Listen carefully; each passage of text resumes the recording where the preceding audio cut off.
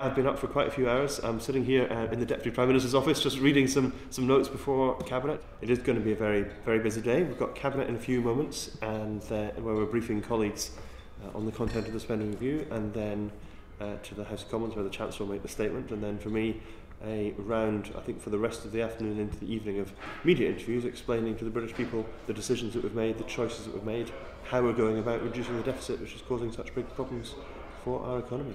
It's a very important day for the country, and I think people genuinely want to know and understand the decisions we've made, the judgments we've made, why we've made those decisions, and what the consequences are. So I think more than anything, it's a day of explanation.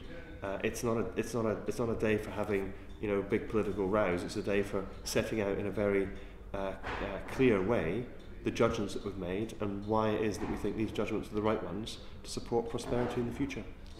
When we came into office, we found a country on the brink of bankruptcy, and we need to stabilise our public finances. We need to sort out the deficit if we're going to have a firm platform for growth and prosperity in future. That means some very difficult decisions, but they're decisions that were based on principles of fairness, on the need to support long-term economic growth, and on fundamental reform of our public services so that we get better value for the public money we do have left to spend.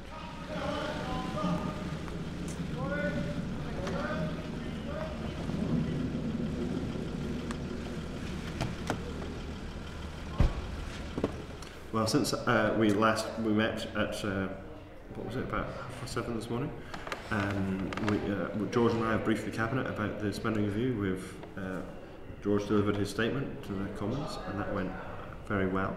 And I've been spending the rest of the day in an endless round of media interviews trying to explain the choices that we've made in the spending review and explain why it is that it's so necessary to be making the changes to public spending that we're announcing today, and trying to give people at home who are, of course, genuinely interested to see what we've decided and concerned about the impact on them, try and give people a sense of why we've made the decisions that we have. We believe, as a coalition government, that dealing with the largest budget deficit in Europe, which is the biggest single problem that we face as a country, is the most important thing we have to do to support economic growth and prosperity in this country going forward. I think that the prioritisation that's done in this spending is basically saying we're going to cut. Just now came back to the office.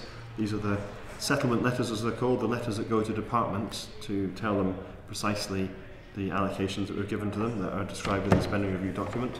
That has to be done tonight, and then I'm off to do Channel 4 News and Newsnight in a wee while. I think today's gone well in the sense that we have presented what we've decided.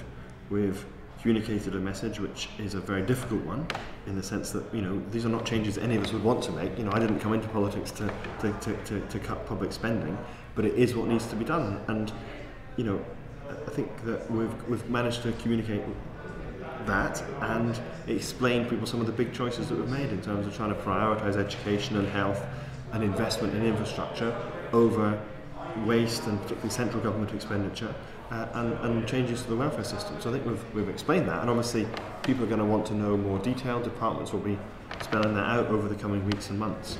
But I think in terms of trying to get across to people some very difficult decisions that are going to have a real impact on people's lives, I think that we've started that process effectively. My last engagement of the day is a live interview on the Newsnight with Jeremy Paxman at 10:30, and then after that I get to go home and go to bed. So and quite rightly, those encounters are testing ones, because it's quite right that journalists and the media should be really scrutinising what we're doing and trying to explain it effectively to their readers and viewers. And I'm looking forward to having the chance to do that on BBC Two later.